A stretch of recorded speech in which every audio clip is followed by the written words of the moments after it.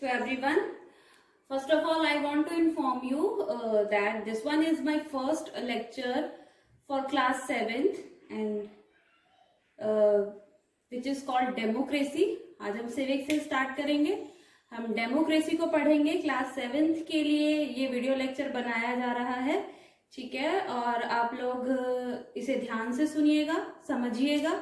ये social science से related आज आपको पहला वीडियो हमारी तरफ से शेयर किया जा रहा है, ठीक है. जो डेमोक्रेसी वर्ड है, जिसे आप हिंदी में कई बार सुनते पढ़ते भी हैं, लोकतंत्र जिसे कहा जाता है, यानी कि लोगों का तंत्र, लोगों का शासन. तो डेमोक्रेसी को समझने से पहले मैं आपको एक और बात समझाना चाहती हूँ कि डेमोक्रेसी जो है वो एक टाइप ऑफ गवर्नमेंट है, यानी कि सरकार का जो सिस्टम होता है, सरकार किस तरीके से चलाई जाती है, उसी का एक पार्ट है, एक फॉर्म है जो डेमोक्रेसी के नाम से जाना जाता है. क्योंकि किसी भी देश की सरकार को अगर देश को चलाना है, देश को सही ढंग से उसे प्रॉपरली मैनेज करना है, उसके लिए डिसीजंस लेने हैं, उसको प्रॉपरली वर्क करना है, तो गवर्नमेंट के पास एक प्रॉपर गवर्नमेंट सिस्टम होना चाहिए, ठीक है. तो अभी तक हमारे वर्ल्ड में 3 ऐसे गवर्नमेंट सिस्टम हैं जो बहुत ज्यादा फॉलो किए जाते हैं, और इसमें से जो सबसे ज्यादा फॉलो होता है वो है डेमोक्रेसी, ठीक है.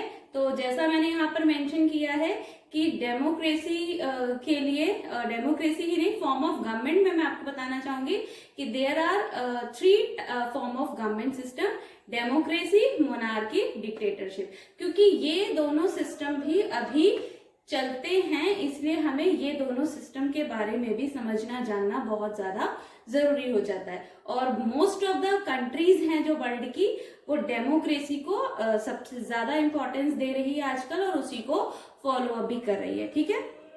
तो इस पूरे चैप्टर में जितना भी कंटेंट है, उस कंटेंट में हमारे पास पहले तो ये 3 गवर्नमेंट सिस्टम आएंगे: डेमोक्रेसी, मोनार्की और डिक्टेटरशिप. क्योंकि आई ऑलरेडी मेंशन कि हमारे लिए जो सबसे ज्यादा इंपॉर्टेंट है वो है डेमोक्रेसी. तो हम डेमोक्रेसी को ही आगे कंटिन्यू करेंगे, और डेमोक्रेसी का ओरिजिन कहाँ से हुआ है, इसके की एलिमेंट्स कौन कौन से हैं डेमोक्रेसी के, ये सारे मैंने यहाँ पर सब पॉइंट करके मेंशन किए हैं, ठीक है. और लास्ट में डेमोक्रेसी के लिए इलेक्शन बहुत इंपॉर्टेंट है, बहुत मैटर करता है, जो डेमोक्रेसी को सबसे ज्यादा स्ट्रेंथ और पावर देता है, ठीक है. तो हम उसको भी अच्छी तरीके से जानेंगे और समझेंगे, ठीक है. So let's start this chapter. I hope you all will get proper information, ठीक है. तो हम जान लें, क्योंकि डेमोक्रेसी जो है वो इंडिया के लिए बहुत डिफिकल्ट हो जाती है. कैसे ये इंडिया के लिए डिफिकल्ट है? क्योंकि इंडिया में आप सभी जानते हैं कि India is a vast country, जहां पर बहुत सारे कास्ट के, बहुत सारे रिलीजन के लोग रहते हैं. तो डिफरेंसेस की कोई कमी नहीं है इंडिया में. इंडिया में बहुत सारे डिफरेंसेस चलते ही रहते हैं, ठीक है. तो वास्ट नंबर ऑफ पीपल जो है, उनके इंटरेस्ट हो गए या उनकी प्रॉब्लम कभी भी सेम नहीं हो सकती, ना मैच कर सकती है. मेरा इंटरेस्ट किसी और के लिए प्रॉब्लम बन सकता है, और किसी और का इंटरेस्ट मेरे लिए भी प्रॉब्लम बन सकता है. क्योंकि हमारा कंट्री जो है वो हम ये कह सकते हैं कि सेम नहीं है. यहाँ पर डिफरेंसेस बहुत तरीके से देखे जाते हैं, चाहे वो रिलीजन हो गया हो, लैंग्वेज हो गया हो, कास्ट हो गया हो, ठीक है. तो ये सारी चीजें जो है हमारी कंट्री में बहुत मैटर करते हैं, ठीक है. तो अब क्या होगा, जब इंटरेस्ट और प्रॉब्लम सबकी सेम नहीं होंगी, तो अमंग द पीपल क्या क्रिएट होने लग जाएंगे? क्लैशेस. लोगों के बीच में मतभेद पैदा होंगे, झगड़े होंगे, विवाद होंगे. ये पीपल के बीच में भी हो सकते हैं, ये किसी ग्रुप्स के बीच में भी हो सकते हैं. जब ऐसे कन्फ्लिक्ट और ऐसे क्लैशेस पैदा होंगे तो क्या होगा? झगड़ा और बढ़ेगा और लॉलेसनेस क्रिएट होगा. लॉलेसनेस मतलब जो कानून है उसका उल्लंघन होगा, कानून का पालन ढंग से नहीं हो पाएगा, ठीक है. तो ऐसे में लॉ एंड ऑर्डर को हमें रिस्टोर करना है. लॉ एंड ऑर्डर को रिस्टोर करने के लिए क्या होगा? लोगों के बीच में कोऑपरेशन लाना बहुत जरूरी है कि लोग कोऑपरेटिव बने, एक दूसरे की मदद करें, एक दूसरे की सहायता करें. और इसके लिए इंपॉर्टेंट क्या हो? कोई ऐसा डिसीजन लिया जाए जो कलेक्टिव डिसीजन हो, जो किसी एक को फायदा ना देता हो, वो कलेक्टिवली सभी ग्रुप्स को फायदा देता हो, ठीक है. तो कोई ऐसा डिसीजन लेने वाला होना चाहिए. तो वो डिसीजन कौन लेगा? आप नहीं ले सकते, मैं नहीं ले सकती, क्योंकि मैं अपने बेनिफिट के बारे में सोचूंगी और आप अपने बेनिफिट के बारे में सोचोगे, ठीक है. तो ये कलेक्टिव डिसीजन कोई ऐसा लेना लेना चाहिए उस पर्सन को जो न्यूट्रल हो, जो सबके बारे में सोचे, तो वो आ जाती है हमारी पॉलिटिकल ऑर्गेनाइजेशन, जिसको हम अपने पॉलिटिकल पार्टीज कहते हैं। वही हमारे लिए ये कलेक्टिव डिसीजन लेती है।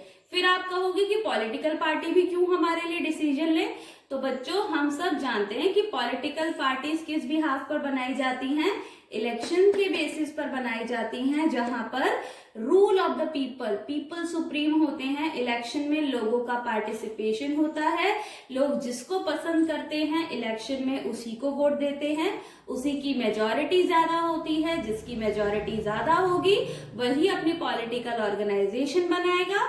और क्योंकि उसके पास वास्ट नंबर ऑफ पीपल का सपोर्ट है, इसका मतलब ये हो जाएगा कि उसको सबसे ज्यादा लोग इंटरेस्ट में रखते हैं, इसीलिए उसका जो भी डिसीजन होगा उस ऑर्गेनाइजेशन का, वो वास्ट नंबर ऑफ पीपल को जरूर अफेक्ट करेगा और वो उनके फेवर में ही जाएगा। ठीक है, तो ये 3 टाइप्स ऑफ जो गवर्नमेंट सिस्टम है उसे हम ब्रीफली थोड़ा बहुत एक्सप्लेन करेंगे, डेमोक्रेसी को ज्यादा समझेंगे, मोनार्की और डिक्टेटरशिप को भी थोड़ा थोड़ा जानेंगे। ठीक है, तो फर्स्ट ऑफ ऑल डेमोक्रेसी से स्टार्ट करते हैं।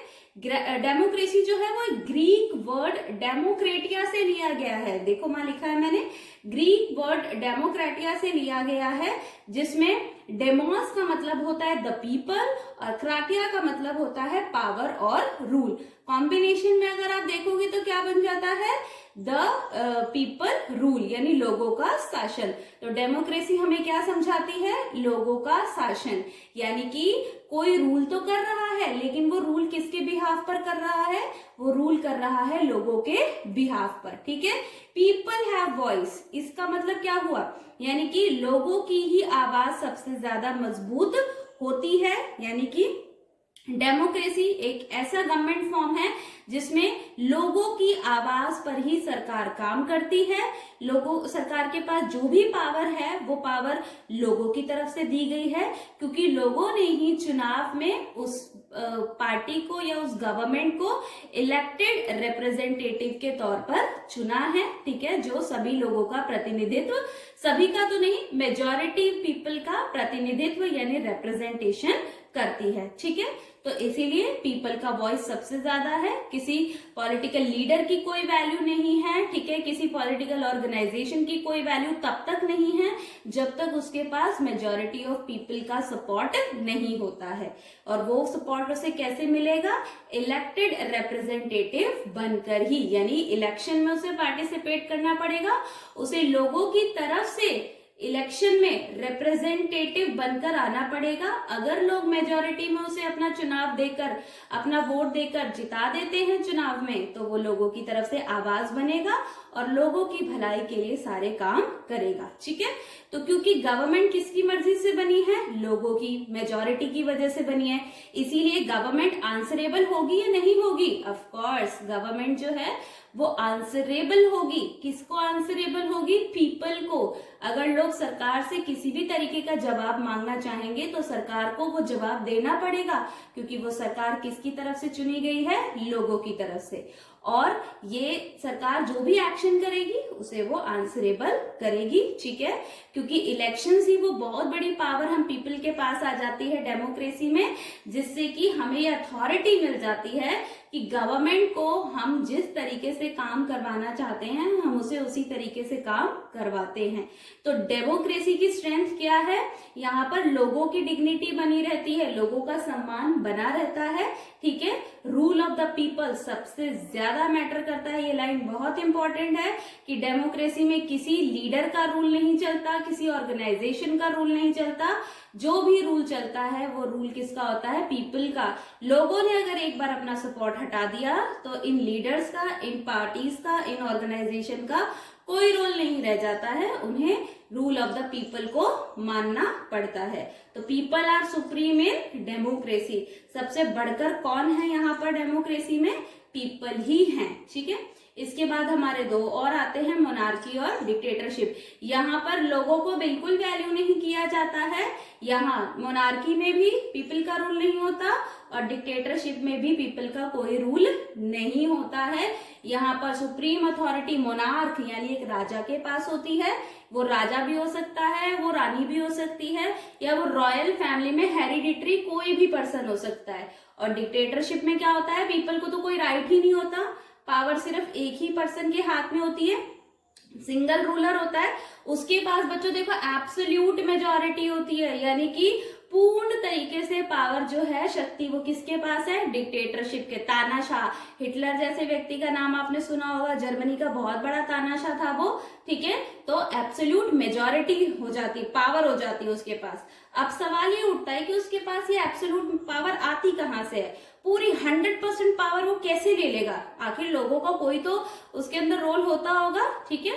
तो गेन पावर, ऐसे में डिक्टेटर को पावर कहाँ से मिलती है, थ्रू मिलिट्री टेक ओवर। या तो उसकी मिलिट्री सरकार से भी बहुत ज्यादा स्ट्रांग हो चुकी होती है, तो वो अपनी मिलिट्री के थ्रू क्या करता है, वहां की कंट्री को, वहां के रूल को टेक ओवर कर लेता है।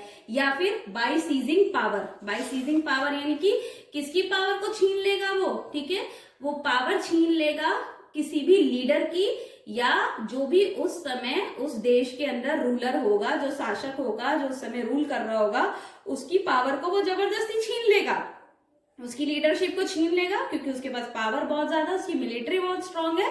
तो इस तरीके से क्या आ जाती है, डिक्टेटरशिप। और यहाँ बच्चों देखो सिटीजन्स की यानी नागरिकों की क्या वैल्यू है, नो मास्टर, कोई मालिक नहीं होता, सभी मर्सी यानी किसकी दया पर जीते हैं, डिक्टेटर के, तानाशाही की दया पर जीने के लिए ये नागरिक मजबूर हो जाते हैं। अगर मैं आपको एग्जाम्पल दूं तो देखो, डेमोक्रेसी इंडिया में सबसे ज्यादा स्ट्रांग कहाँ है, इंडिया में और यूएसए में। मोनार्की अभी भी कहाँ चल रही है बच्चों, Morocco, Saudi Arabia and Jordan में, ठीक है। डिक्टेटरशिप में देखो, हिटलर तो हमारा बहुत पुराना एग्जाम्पल, अभी का हाल फिलहाल आपको ये दो नाम याद होंगे, सद्दाम हुसैन का नाम अगर हम ले लें, ठीक है, ये इराक का बहुत बड़ा डिक्टेटर था। और परवेज मुशर्रफ तो ये हमारे नेबरिंग कंट्री पाकिस्तान के ही प्रेसिडेंट थे। इन्होंने अपना मिलिट्री पावर से पूरा पाकिस्तान में रूल को टेक ओवर किया था, ठीक है। तो मैं ये चाहती हूँ बच्चों कि आज के लेक्चर में आप इन तीनों फॉर्म ऑफ गवर्नमेंट को अच्छे से स्टडी करें, अच्छे से पढ़ें, डेमोक्रेसी को पढ़ें, मोनार्की को पढ़ें, डिक्टेटरशिप को पढ़ें। और अगले लेक्चर में जब मैं आपको समझाऊंगी तब हम यहाँ पर ओरिजिन ऑफ डेमोक्रेसी को पढ़ेंगे कि डेमोक्रेसी आखिर कहाँ से आई, इसकी उत्पत्ति जो है वो कहाँ से हुई थी, और डेमोक्रेसी के मेन की एलिमेंट्स कौन कौन से हैं, और इलेक्शन का डेमोक्रेसी में क्या प्रोसीजर होता है, ठीक है। तब तक आप इसे अच्छे से स्टडी करिए, अच्छे से पढ़िए। आई होप कि आपकी स्टडी पर किसी भी तरीके का कोई इफेक्ट नहीं आएगा। हम प्रॉपरली आपके लिए रेगुलर तरीके से वीडियोस बनाते जा रहे हैं, आप घर बैठे बैठे उसे आराम से पढ़िए, देखिए, सुनिए, ठीक है। Thanks for listening me, thank you so much.